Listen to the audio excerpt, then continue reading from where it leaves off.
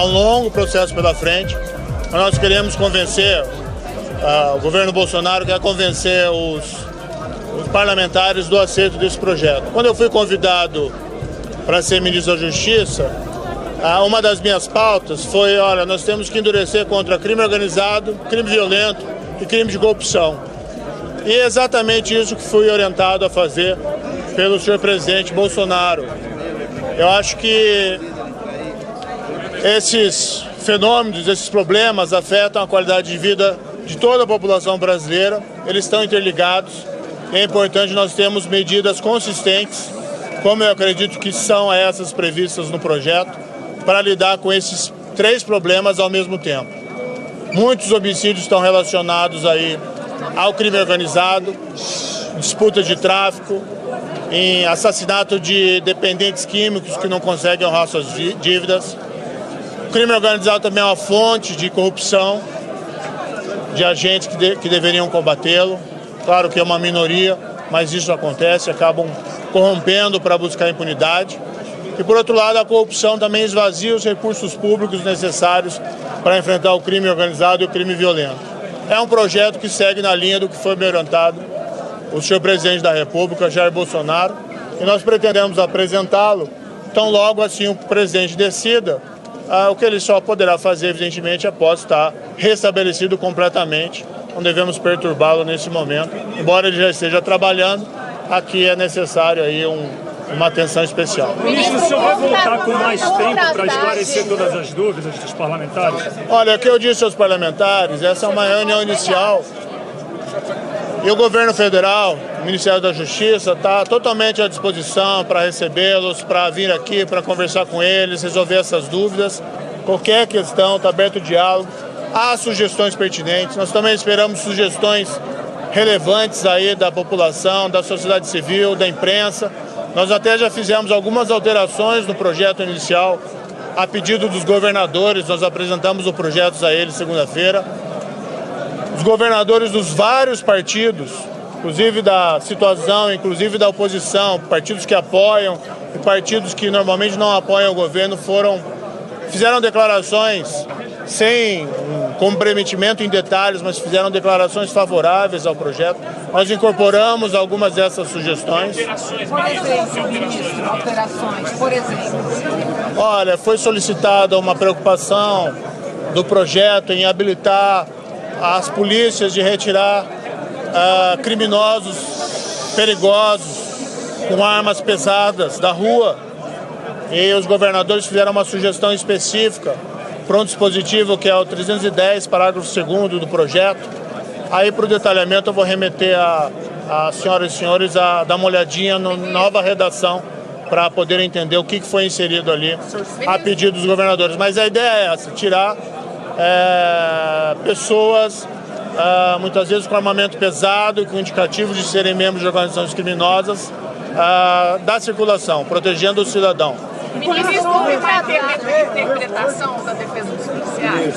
Desculpe? Da defesa pessoal dos policiais, houve uma interpretação, o senhor entende, da legítima defesa? Nós, na verdade, não estamos mudando em substância a legítima defesa. O que nós entendemos assim, nós temos a legítima defesa prevista no Código Penal, nós apenas descrevemos na lei situações que podem acontecer em concreto que já seriam reputadas como caracterizadoras da legítima defesa. Então lá, um refém, numa situação de poder ser assassinada por um criminoso, o policial poder tomar alguma atitude em relação a isso, se as circunstâncias permitirem. O policial não deve responder nesse caso, se houver, infelizmente, uma morte do criminoso, ninguém deseja a morte do criminoso, o criminoso tem que responder segundo a lei, mas se esse incidente infeliz acontecer, o policial não pode ser tratado como homicida.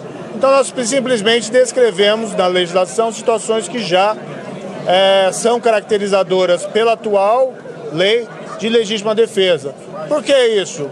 Não é redundante, é porque às vezes na interpretação da legislação podem haver interpretações que talvez não sejam as mais corretas e levar esses agentes, por exemplo, a uma situação de dissabor.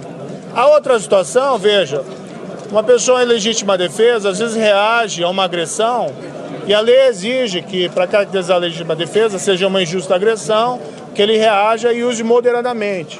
A legislação coloca que ele responde pelo excesso, se ele se excedeu na utilização desses meios moderados para repelir a agressão. Só que as pessoas não são robôs e eventualmente alguém pode reagir por um momento de violenta emoção, seja um policial, seja um cidadão comum, de uma forma um pouco desproporcional. Mas por quê? Porque está reagindo a uma agressão. Então isso é aquela discussão, né?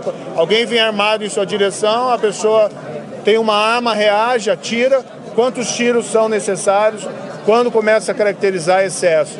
Agora, as pessoas muitas vezes dominadas numa situação de espécie por violenta emoção, podem disparar mais tiros do que seria necessário para reagir àquilo.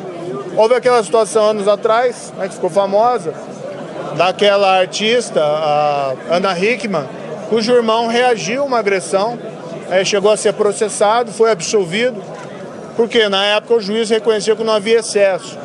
O mais apropriado, né, o juiz decidiu certo, mas seria dizer que houve um excesso, mas que naquelas circunstâncias ele não deveria responder como um homicida, mas que alguém que agiu sob violenta emoção. Na verdade, a situação já é prevista na legislação, nós apenas estamos deixando ela mais clara. Como eu já disse outras vezes, nenhuma estratégia de segurança pública válida, ela adota uma estratégia de confronto. O confronto policial é ruim policial, o policial pode morrer. É ruim para um inocente, um dano colateral, seja morto, num confronto policial. E para o próprio criminoso. O criminoso tem que responder na forma da lei, né? E não, eventualmente, ser vitimado e ser morto. Agora, é necessário reconhecer que o confronto, embora indesejado, pode ocorrer. E a legislação tem que regular, né, o que acontece em circunstâncias da espécie. Na nossa opinião, isso já é regulado pela lei atual, mas é oportuno deixar mais claro. Mas não existe, isso eu já falei várias vezes e posso repetir tantas vezes quanto for necessárias, não existe nenhuma licença para matar. Quem está fazendo essa leitura está fazendo uma leitura absolutamente equivocada e que não é consistente com o texto proposto. Gente, mais uma perguntinha. Ministro, como é que o senhor respondeu às ponderações de alguns parlamentares de que faltou um levantamento dos impactos de algumas dessas medidas para os estados, principalmente? Sobretudo no que vai resultar em aumento da população carcerária? Nós temos muita ciência de que existe uma situação da população carcerária difícil. Né? Então, veja, nós não estamos endurecendo em geral o sistema, mas na linha do que foi proposto pelo presidente Bolsonaro e foi proposto nas eleições, ele foi eleito pela população, e a meu ver é algo consistente, é necessário endurecer contra a criminalidade mais grave. Muitas vezes o brasileiro fica revoltado ao ver pessoas responsáveis por homicídios dolosos, cruéis e graves, ficando na prisão pouco menos de 10 anos. Enquanto, por exemplo, veja lá o caso que aconteceu do brasileiro na Espanha, que responsável por homicídio foi condenado à prisão perpétua. Isso é absolutamente consistente com o Estado de Direito. Agora, ciente do problema da população carcerária, nós estamos endurecendo contra a criminalidade mais grave, não contra a criminalidade geral. Quanto custa um homicida preso? Quanto custa um membro de organização criminosa preso? Custa caro. Agora, quanto custa um homicida solto, alguém que não se recuperou, ou alguém que é solto prematuramente, ainda membro de uma organização criminosa? Se nós formos sopesar esses custos, certamente o homicida solto e o líder de organização criminosa, ou membro de organização criminosa, constitui um custo bem mais caro, até porque muitas vezes envolve uma vida de um cidadão brasileiro que é colocado em risco. Agradeço, muito obrigado.